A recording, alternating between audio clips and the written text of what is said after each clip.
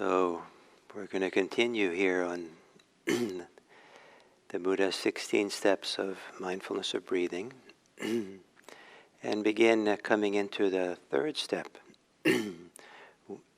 So the first two steps, first one is to experience, to train oneself to really be present for and experience fully as one can, the inhales and exhales.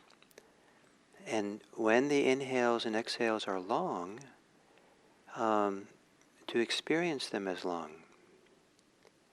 To really be there in the experience. And when they're short, to really be there in the experience of them being short. And I use this word experience intentionally to make a distinction between trying too much to know or to understand, to search and to feel what's going on. And mindfulness is not a lot of work, but it's more like dialing in an old radio until you get just the right frequency so you can hear clearly. So you want to kind of dial in to really be present and experience the body. And then the first step is experiencing a long breath as a long breath. The second step is to, when the breathing becomes shorter, to experience as a shorter breath. And so inhale is shorter, or the exhale is shorter. Experience it as a shorter experience, shorter breath. So here we're seeing a distinction being made, two sets of distinction. One is a distinction between the inhale and the exhale. The other, now between these first two steps, is between a long breath and a short breath. And I interpret this to mean that as we're sitting and meditating, and we get calmer and more centered, that the breathing begins to shift and change. The heartbeat maybe slows down, the breathing slows down, and as the breathing slows down, it might not be as long.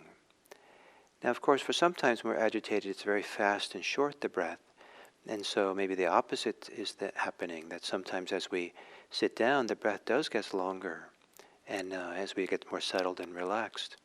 But then later, you might find that it gets more subtle and shorter and much more minute even, the experience of breathing.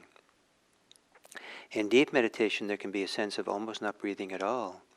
And partly that's because we hardly need to breathe anymore.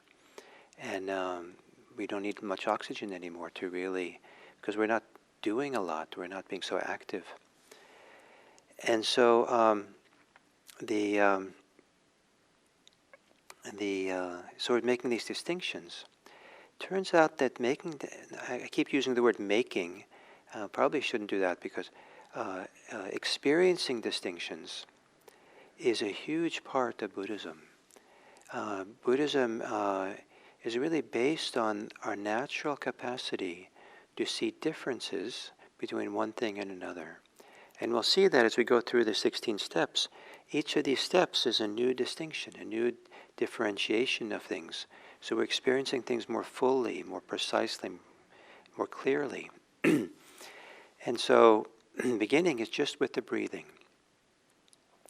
And I also interpret this idea of experiencing the long breaths and short breaths as being an encouragement to really kind of begin experiencing all the different qualities of sensations and experiences that come with each in-breath and out-breath. So whether it's fast or slow, whether breath feels tight or held or loose and relaxed, the expansion experiences and the contraction as the chest and the belly maybe expand and contract, the temperatures in the nostrils that change with the in-breath and out-breath, the sense of sharpness sometimes on the in-breath and sharp sensation and more softer on the exhale. Sometimes the breathing, the in-breath can feel jagged and rough, kind of jerky, and sometimes it's a nice, smooth kind of flow. Same thing with the exhale sometimes. And so to begin entering into this world of breathing, and really experiencing more and more fully. Excuse me.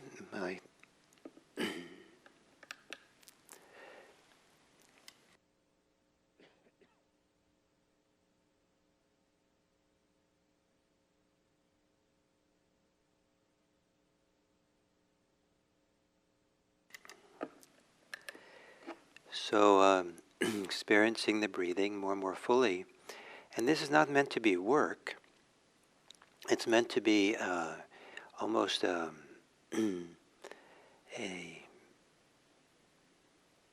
don't know if enjoying is the right word, in the same way that you would taste food more really fully and carefully if you really wanted to enjoy it, as if you're really going to enjoy the breath. You really feel it and sense it deeply.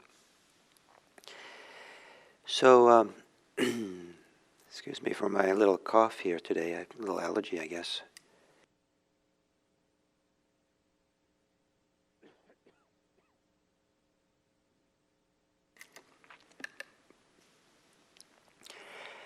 So then, as we settle into the breathing, what it means is we're no longer so distracted or caught up in our thoughts and preoccupations.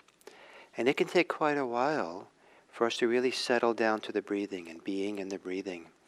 And coming back over and over again to the breathing, letting go of our thoughts over and over again. And it's said that it doesn't matter how often the mind wanders off. It only matters that every time you do so, you bring it back in a nice way and start over again. And I love the expression starting over. And as we start over again repeatedly, the pull of thinking, the energy that goes into thinking begins to abate, and the thinking has less pull on us, and we find ourselves settled more and more here, relaxed, calm, in the present moment.